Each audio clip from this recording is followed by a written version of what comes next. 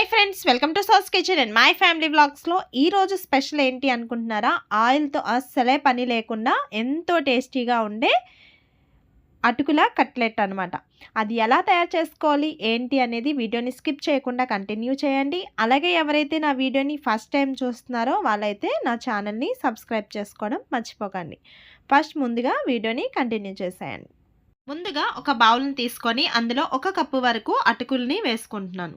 ఈ అటుకుల్ని మనం ఒక 2 టైమ్స్ పాటు మంచిగా వాష్ చేసుకోవాలి. వాష్ చేయడం వల్ల దానికి ఉన్న డస్ట్ అంతా పోతుంది.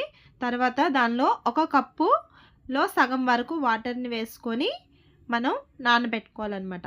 ఇప్పుడైతే 1/2 కప్ వరకు వాటర్ని యాడ్ చేసేసి కొంచెం అంతా దగ్గర తెచ్చేసి మూత అయితే పెట్టుకుంటున్నాను అనమాట. ఈ మూత పెట్టుకుని ఒక 5 మినిట్స్ వదిలేస్తే మనకి అటుకులు అనేవి ఈ విధంగా మనం పట్టుకుంటే చాలు స్మాష్ అయిపోతాయి. సో ఇంకొక మిక్సింగ్ బౌల్ తీసుకొని అందులోకి ఈ అటుకుల్ని యాడ్ చేసుకుంటున్నాను. యాడ్ చేసుకొని ఈ విధంగా ఒకసారి అంతా కూడా మిక్స్ చేసేసి అందులో ఉడికించిన బంగాళదుంపలు మంచిగా స్మాష్ చేసేసి 1 కప్పు వరకు ఇందులో యాడ్ చేసుకుంటున్నాను.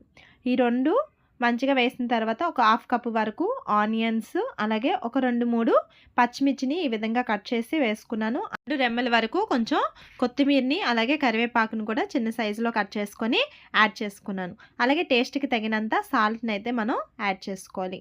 ఒక్కొక్కరు కొంచెం సాల్ట్ అనేది ఎక్కువ తింటారు, తక్కువ తింటారు, అలా ఉంటుంది కదా. కారం కూడా అంతే. నేనైతే 1 టేబుల్ స్పూన్ వరకు కారం, అలాగే 1 టేబుల్ స్పూన్ జీలకర్ర పొడి, 1 టేబుల్ స్పూన్ ధనియాల పొడి, అలాగే ఇంకా పసుపు, ఇంకా వీలైతే మనం చాట్ మసాలా కూడా యాడ్ చేసుకోవచ్చు. అలాగే అల్లం వెల్లుల్లి పేస్ట్ని 1 టేబుల్ స్పూన్ వరకు యాడ్ చేసుకొని ఒక నిమ్మకాయలో సగం ముక్క వరకు జ్యూస్ని వేసుకోవాలి. అలాగే 1 టేబుల్ స్పూన్ పెరుగును కూడా యాడ్ చేసుకొని మొత్తం అంతా కలిసేలా ఒకసారి బాగా కలుపుకోవాలన్నమాట. ఇప్పుడు కలుపుతున్నప్పుడే మనకి సాల్ట్ కానీ కారం కానీ మనకి ఎంత తగినట్టు మనకు ఉందా లేదా అనేది చూసుకొని, ఒకవేళ సరిపోతే ఇప్పుడు అనేది కొంచెం కొంచెం యాడ్ చేసుకొని ఒకసారి మంచిగా మిక్స్ చేసుకొని పక్కన పెట్టుకోవాలి. తర్వాత ఒక ప్యాన్ తీసుకొని హీట్ చేయాలి. ఇది హీట్ అయ్యే లోపల మనం ఈ కలుపుకున్న ఏ మిశ్రమం అయితే ఉందో దాన్ని ఒక చిన్న సైజు బాల్స్లా చేసుకోవాలన్నమాట. మనకి నచ్చిన సైజులో చేసుకోవచ్చు. మనకి కట్లెట్ అనేది ఏ సైజులో కావాలో దాన్ని బట్టి మనం ఈ రౌండ్గా బాల్ని తీసుకొని ఈ విధంగా అడిచిపెడితే మనకి ఇలా అయిపోతాయి అన్నమాట. సో అన్నీ కూడా ఇదే విధంగా చేసుకొని ఒక ప్లేట్లో అయితే రెడీగా పెట్టుకున్నాను.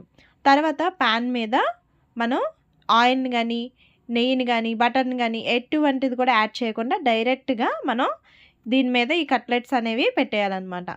మనకి పెట్టిన తర్వాత చూసారు కదా, ఈ విధంగా నేను అన్నీ కూడా పెట్టిన తర్వాత ఒక మూత అనేది పెట్టేసుకుంటున్నాను. ఒక 5 మినిట్స్ పాటు విడిచిపెట్టేయాలి. ఒక 5 మినిట్స్ తర్వాత మనం ఈ మూత అనేది ఓపెన్ చేస్తే ఈ విధంగా కొంచెం కలర్ చేంజ్ అనేది అవుతుంది. తర్వాత ఒకసారి మొత్తం మళ్ళీ అన్నీ టర్న్ చేసుకొని మళ్ళీ మనం మూత అనేది పెట్టేసుకోవాలన్నమాట. మూత పెట్టుకోవడం వల్ల మనకి త్వరగా బాయిల్ అనేది అయిపోతుంది, అలాగే కొంచెం ఫాస్ట్గా అయిపోతాయి. సో ఇదంతా కూడా మనం మీడియం టు లో ఫ్లేమ్లో మాత్రమే ఫ్రై చేసుకోవాలి. లేదు అంటే మాడిపోతూ మిడిల్లో బాయిల్ అవ్వకుండా ఉంటాయి అన్నమాట. సో చూసారు కదా, చాలా సింపుల్గా ఈ అటుకుల కట్లెట్ అనేది తయారు చేసుకోవచ్చు. అది కూడా ఆయిల్ లేకుండా ఎంతో టేస్టీ ఉండే అటుకుల కట్లెట్ని చూపించాను కదా. అదేవిధంగా మీకు కూడా నచ్చినట్లయితే ఒక లైక్ చేయండి. ఎవరైతే నా ఛానల్ని సబ్స్క్రైబ్ చేసుకోలేదో మరిన్ని వీడియోస్ కోసం నా ఛానల్ని సబ్స్క్రైబ్ చేసుకోండి. Bye, thank you all.